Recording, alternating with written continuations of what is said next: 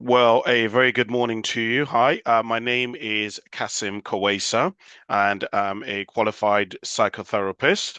And I really appreciate you taking the time to join me and listen to me this morning. Well, I say that, but you might be listening to me actually in the afternoon or the evening. But whichever way, I really appreciate it.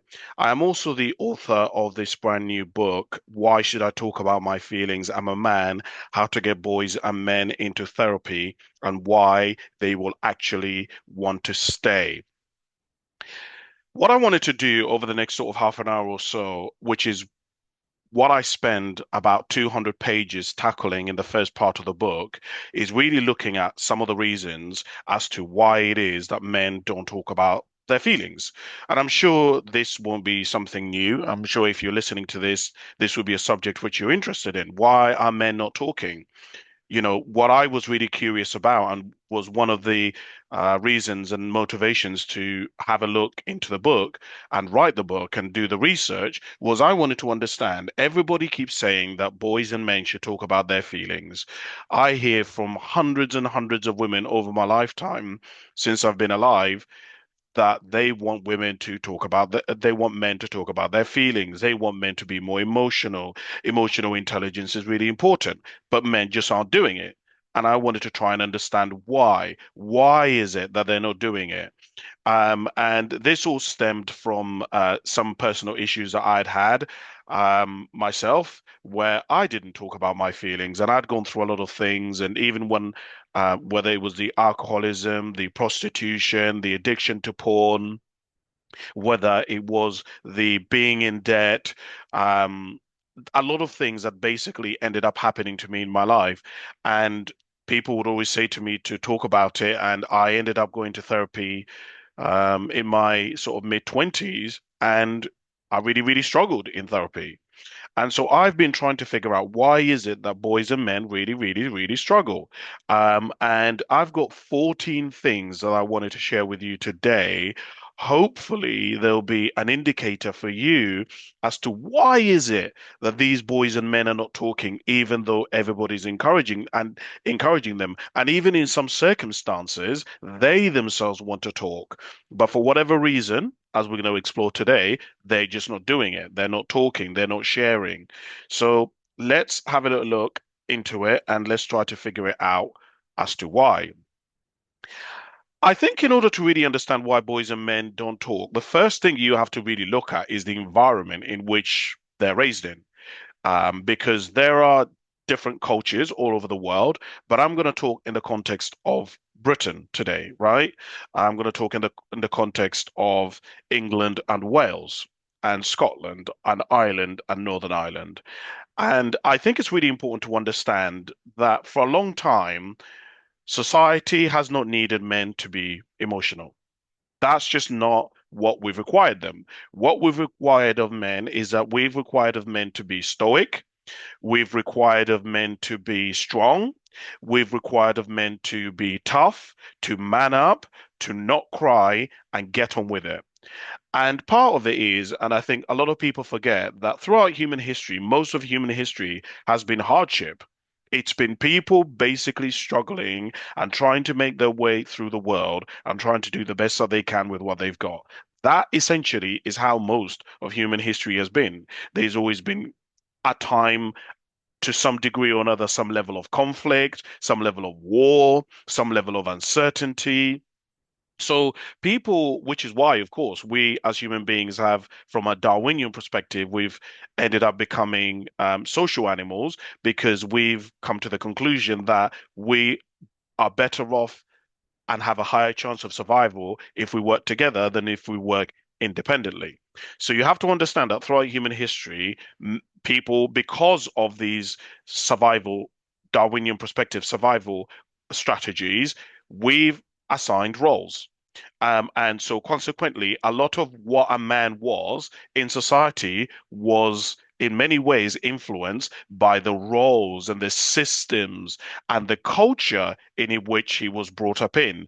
And of course, that cultural conditioning from a very young age would determine and tell that boy or that man how he should be whenever that emotional stuff comes up.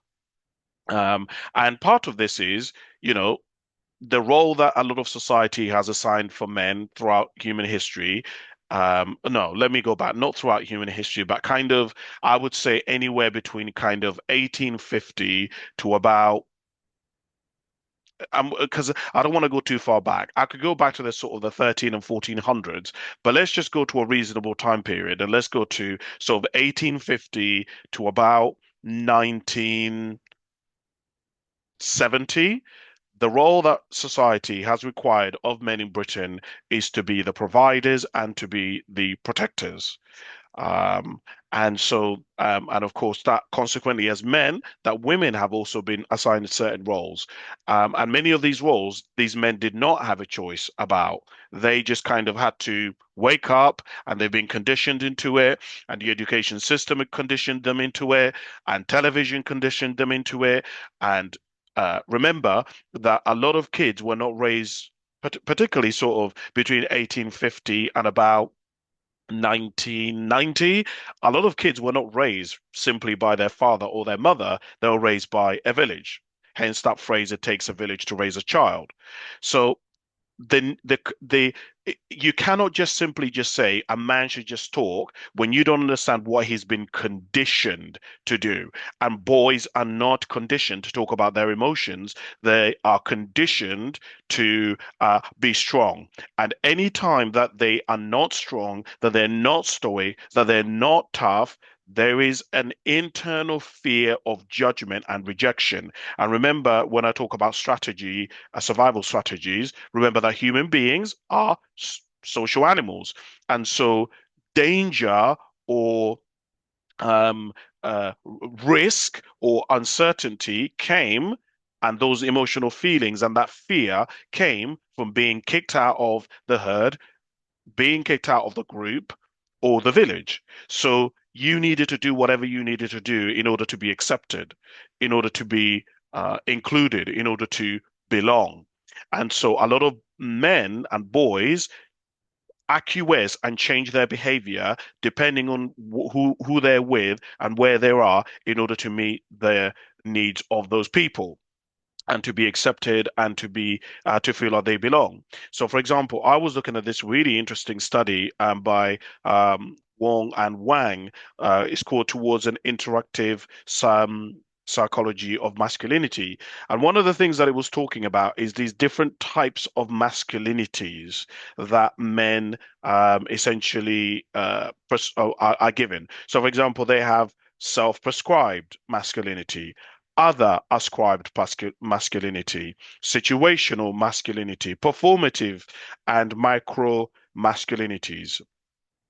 All of that is to say that men, many of them, have had to learn to perform, to be who society needs them to be, not necessarily who they want to be. This is why I say to people all the time, it's so interesting that people want, the rules and the expectations for girls and women are not the same for boys and men. I was explaining to somebody recently that as a woman, people can say to you, you should do what you want, you should be independent, you should live the way that you want, and you genuinely can. A man cannot do that because so much of who you are as a man is determined by the way in which people view you.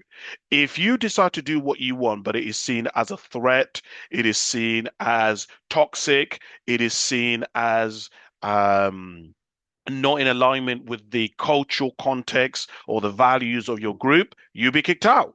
So, for example, let's look at sexuality.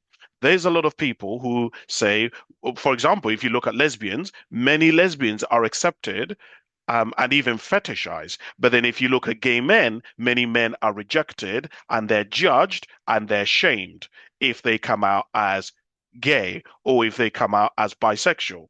So they can't just be who they want because if they decide to be that, then, for example, they can't have a family. Then, for example, people will say things like, for example, I've heard women say, I cannot be with a bisexual man because there's a risk that he might cheat on me, and I'm trying to compete with two different people, and I might get a sexually transmitted disease, or he's got a higher chance of cheating on me. as if just because you're in a single heterosexual relationship that you won't be cheated on. But my point being is a man cannot just be what he wants to be. He has to make this balance, which has not been required before, where he has to balance being who he wants to be and what society needs him to be. So, for example, I say it's not very nice us saying that men should be what they want to be and they should pursue the careers that they want to be, but somebody has to build the roads. At night, somebody has to go and lay the tarmac. Somebody has to go and work on motorways. Somebody has to go Atlantic fishing and catch the cod and the tuna and all of the salmon. Somebody has to work in on oil rigs. Somebody has to work in on construction sites, right? Somebody has to go and work with feces and poo. And the reality is, there's a lot of people who do not want to work in those jobs. And unfortunately, if you look at the numbers and the types of people who tend to do that, it typically tends to be men. So I think it's really important to understand that a lot of men are fearful that if they do decide to discuss who they are or manifest their potential or their being in different ways, that they're going to be misunderstood, they're going to be belittled, they're going to be seen as weak, and consequently, they're going to be kicked out, rejected. How many of us have seen people in religions where if they've stood up and said something is not right, if they've become liberal, or if they don't agree with the doctrine or the in group, they're kicked out. They're kicked out. Right. And so even a man, just the things that he wears, if he wears nail polish, if he has his hair a certain way, we don't even accept men being the well groomed because if they're well groomed, then they must be gay. So we really, really do judge a lot of men when they decide to be who they want to be. Society does not want men to be independent. Society wants men to be providers and in deep and dependable, meaning that other people depend on them. Rather, they can't really uh, uh, be the kind of people who depend on other people, which is why you hear a lot of boys and men say you can't trust anybody, you can't believe anybody, everybody's going to let you down, everybody's going to betray you. Which kind of then leads on to the next point, which is emotional vocabulary, because many men like the language to express themselves and their emotions, especially beyond anger. The only two emotions that we've deemed acceptable for men are anger and frustration. In fact, if you speak to a lot of boys and men, the two most common emotions that they experience is anger and frustration. And as a society, we've made these acceptable and okay. The other thing that I wanted to talk about is the if you look at the range of emotions that we've accepted boys and men are allowed to experience, they're very limited. If you look at these Crayolas, and I don't know how many of you remember this, but when you were younger, you used to have these Crayolas where you could either get a box of 24 or you could get a box of 84. It would all depends, right? 24, 24 here, there's 8 here, there's 96 here. Here's a problem. There are 90, they may be 96 different emotions. Of course, there are much more emotions than that, range of emotions. But boys and men are not really allowed to express the full range of those. What really we've done is we've stifled and caged boys and men to having to basically express only the emotions that people deem as acceptable. And I was really curious, why is it that anger is accepted? What is it? And I began to realize that from a survival point of view, from a survival mechanism, anger is a fantastic emotion. It's got aggression sexually, from a sexual perspective. There's a lot of let's talk about women for a second here, but we can even talk about men within the gay and queer community. Masculinity, aggression, particularly when it comes to sex, is very sought after, right? In the gay world, there is the top and the bottom. There is masculine and feminine, and even there, these these roles and these manifestations of the personality and the traits are amplified even more within the queer community. And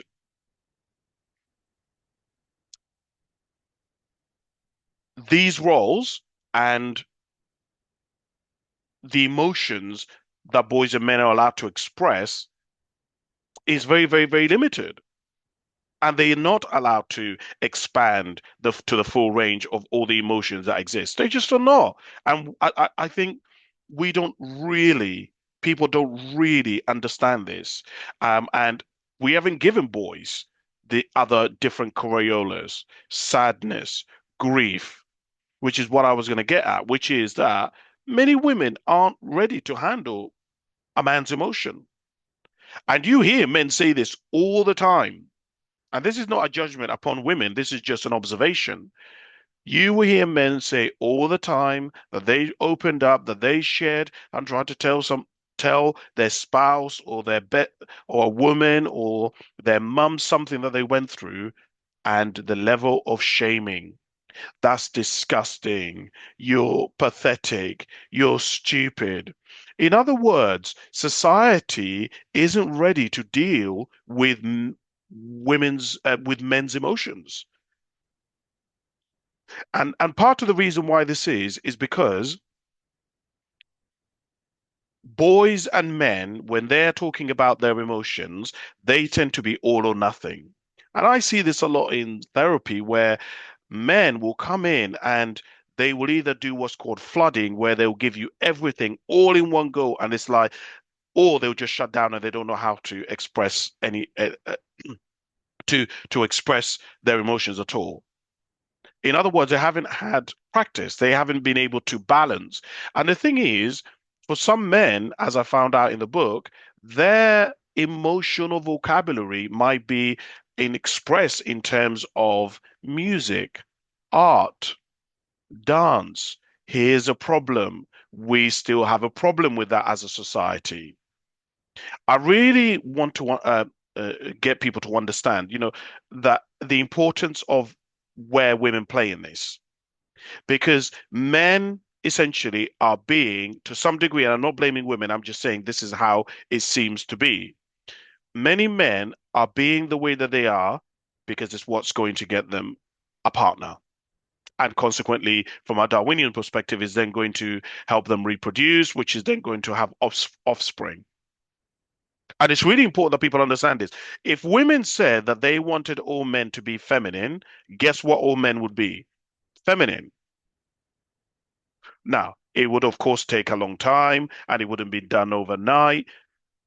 If women require that all men um, have degrees, over time, many men will have degrees, right? For example. But there is, of course, the other thing, which is that nature, just men are just not as certainly as expressive as women are in terms of talking. Their way of expressing themselves comes sometimes in the form of competition, in the forms of winning, in the forms of providing, protecting, um, in the form of building something. And I think we don't really account for that.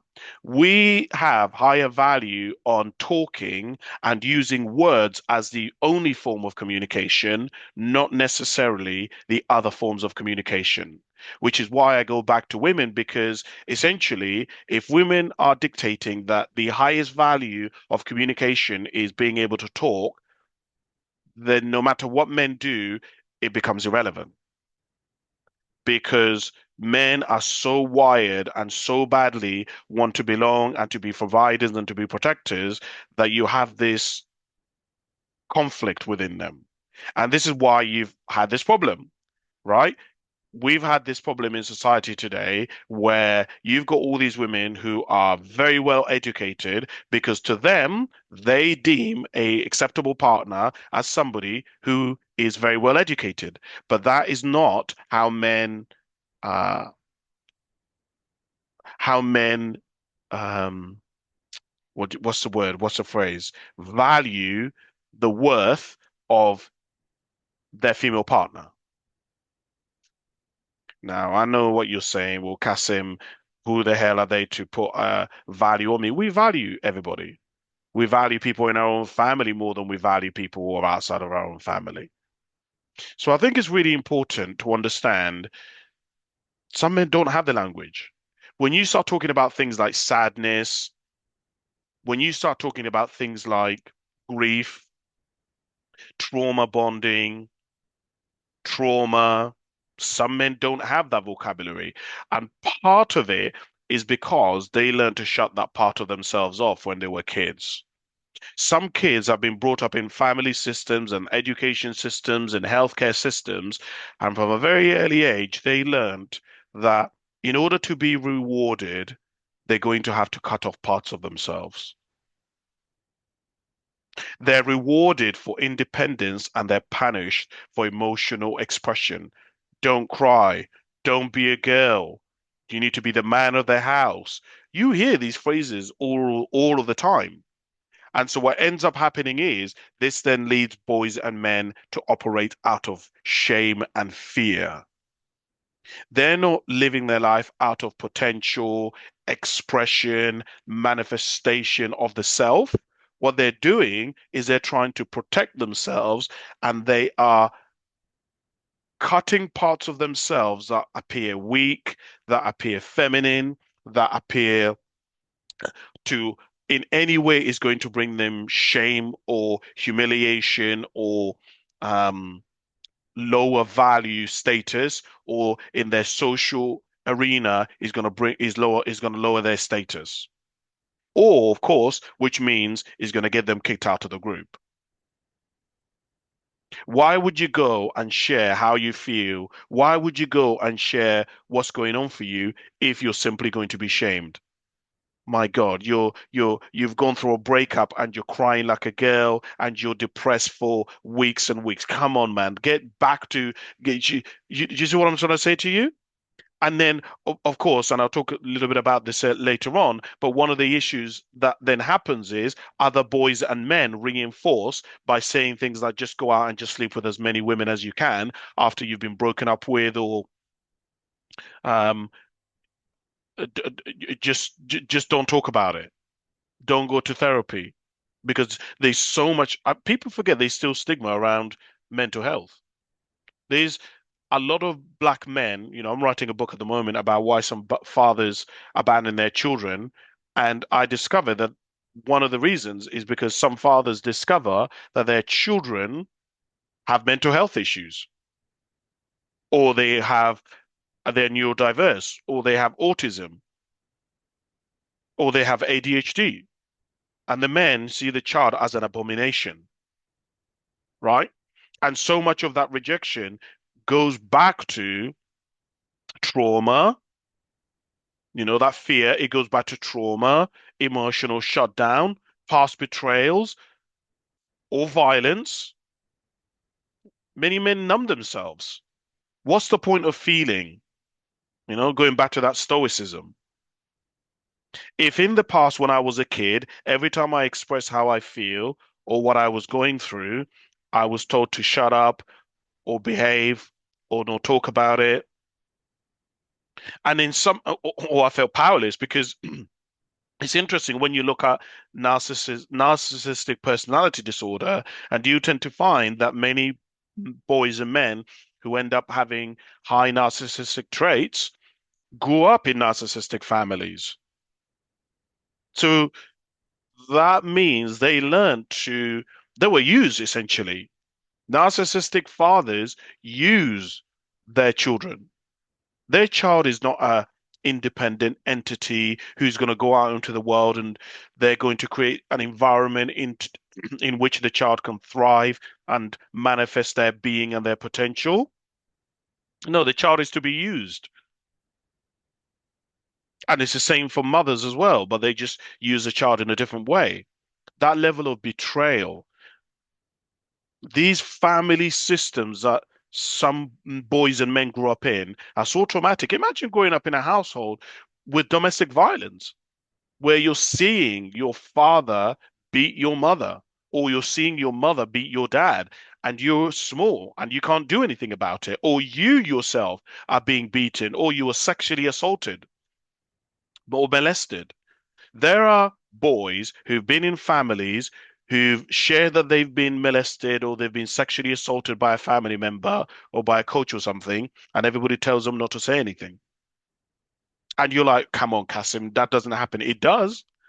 Get into safeguarding. I'm a safeguarding lead, designated safeguarding lead. You would be shocked at the things that people say to their children and they do to their children. This is why safeguarding exists. This is why early help exists. This is why social services exist. The other thing also that I want to mention is the burden of responsibility, right? That provider thing that I talked about, role that I talked about. Men feel like they must hold everything together and they can't afford to feel. I have to pay this mortgage. I have to get the kids on a holiday. I have to get the kids into the school. Now you can say, well, Kasim, well, that's their choice. They're deciding to do that. But they only choosing that because that's what they've been conditioned from a long time, right? And it's being reinforced by their friendships, by their group. It's being reinforced by society. And then if your friends also lack emotional depth and your friends also don't know how to support you and they themselves get triggered anytime that you talk about your material, what ends up happening then is that they end up either distancing themselves, which makes you isolated. And then, of course, that then leads to all kinds of other issues like suicidal thoughts and all kinds of issues. Or you double down on stoicism and numbing yourself. One of the things that I've been very interested in trying to figure out, in trying to write this book about why some fathers abandon their children, I discovered that, I've been trying to understand why is it that some men don't tell other men? It's a question I've been wondering. If you've got a friend of yours who doesn't see his kids, surely you'd be pushing him to see his kids. And a lot of men haven't. And I've been trying to figure out why. And one of the things that I discovered is because if a man shares that sort of stuff and there are other men who haven't done it, then it triggers all kinds of issues for them. And in order to actually uphold other men, you yourself have to have done that work. You have to be in a place to be able to hold stability. Because a lot of men, they use distractions, not every man, but many men, they use distractions, they use banter as a way to get away from experiencing those deeper, more complex emotions. Right? A lot of men fear losing control. If I open up, it's going to be overwhelming. In the book, one of the things that I talk about is part of the reason why many men don't come to therapy is because the vast majority of therapists are women, and many men do not actually believe that women can handle what they're going through. They do not believe that women really understand what it's like to be a man, and consequently, they believe that if they were to actually tell a therapist who's a female, who's a woman, what they've gone through, she wouldn't be able to handle it. It'd be too much. It would be overwhelming. And so I don't know if you've noticed this, but the word fear keeps coming up a lot. And when people are in fear, they don't do the reasonable thing. They do whatever it is that is going to help them to survive. And those survival mechanisms may not look logical. They may not look logical. They may not make sense to a lot of people, right? But the other thing that I think is really important is, in counseling, we have what are called Rogers core conditions, which are unconditional positive regard, non-judgment, and congruence. These three core conditions, the reason why people come to therapy, a reason why people come to therapy is because they haven't been able to experience these core conditions anywhere else. They've not had somebody who's not judged them. I mean, it's part of the reason why I'm writing this book about why some fathers abandon their children because I've been like I tried to find reasons why these men abandon their children and I couldn't find them. So shamed are these men that they don't even dare to come forward and share their experience. But I was like, no one just abandons their children. There must be reasons. Yes, we have the reasons of mothers, but we do not have the reasons of fathers. We have the reasons that the mothers have said, or cousins, or other men have said, but not the actual fathers themselves. And I've been wanting to know from the father's perspective, tell me what that is like. And if you're constantly being shamed, constantly being ridiculed, constantly being humiliated, constantly being degraded, then why in the world would you ever come forward and ask for help and share your story about what happened to you? You wouldn't.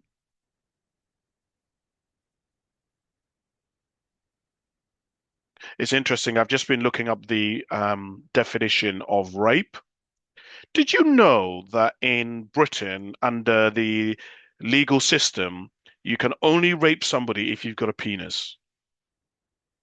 And so when we look at the data and the data says that the vast majority of rapists are men, it's true because you cannot technically rape somebody unless you have got a penis. And I wonder how many men there are out there who have been raped or coerced or humiliated or deceived into having sex with a man or a woman without consent. But the reason why they didn't come forward is because they would be judged, they would be shamed, they would not be believed. But also, the other thing is, of course, how can you, as a man, express your emotions if you've never seen other people express emotions, right? The archetypes that we have of masculinity are not diverse enough. I was thinking about Lord of the Rings, and you look at some of the people in Lord of the Rings, the men. There is the king, there is the archetype of the king, the archetype of the magician, the archetype of the lover, the archetype of the warrior. But we don't have these in society. Society has not got many um, archetypes that men can look at.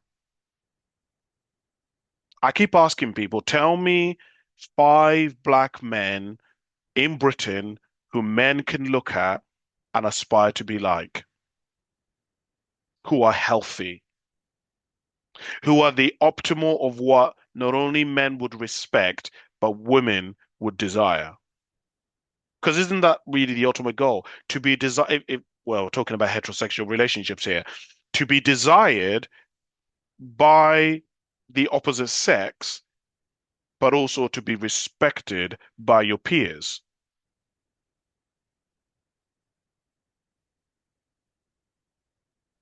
Many men haven't seen congruence. They haven't seen people have integrity. So how can you practice and live out integrity if you've never seen it? So for a lot of men, mental health support is the last resort. The first resort is not, oh, I'm struggling. I need to go see my GP. I need to go see a psychotherapist, counselor. No, no, that's not the first resort. The first resort is I'm going to try to handle it myself because that's what they've been conditioned to do. Deal with it yourself. Because anything that takes away from that image that I have been talking about, that threatens a man's identity, his self-image, his self-esteem, anything that is tied to stoicism and deviates from it, which is why I talked a little bit about being feminine in any way, it's really shamed. It's judged. Emotion, talking about your feelings and expressing how you are as a man, for the vast majority, is not of a benefit to you. It is actually a hindrance. And you have to remember that so many men have not been used to living in those two states where they have to switch between being stoic to sometimes being vulnerable, being expressive. Because you have to, as I said earlier on, you can't just be, as a man, you can't just be what you want to be. You may have to, for example, be the provider, be the leader at work, but then when you get home, you may have to play with your child, do the washing. That flipping is really, really, really tough for little boys and men. And I've already talked a little bit about the social media influence earlier on and portrays of masculinity. There isn't very many positive, realistic archetypes in media and pop culture. And if you look in the black community, it's even worse. If you look at the portrays of black success and black men, it isn't positive. I discovered recently when I was listening to a podcast yesterday that amongst the incel community, the ones who actually advocate for it and believe in it the most are blacks, followed by Asians, followed by white boys. If you look at all the knife stabbings that have been going on in London, many of them are black on black crimes. And part of it is that we don't have many black men who black boys can aspire to be like, that they respect. And then, of course, we've got the issues of systemic issues like race, class, culture. If you're living in London, you might have to be tough. You might have to cut off all your emotions in order to survive. It's one of the things that I say to clients all the time in psychotherapy. In order for you to evolve, to get to a 20, you've got to 10 at where you are. But in order for you to get to 20, you may have to stop surviving and start creating and start dreaming and start envisioning and start building. And if you look at many men, because of fear, are protecting, hiding, and trying to deceive and trying to distract. They haven't got integrity with themselves. And it's a real shame, because men have so much potential, but we just seem to be in this void where we're making a transition where the old ways of just men simply being stoic just is not going to work all the time. Society now demands that men be a combination, a hybrid of not only stoic at times, but also vulnerable, emotional. You have to be the warrior at times. You have to be the lover at times. You have to be the king at times and get counsel and ask for advice and listen and be humble.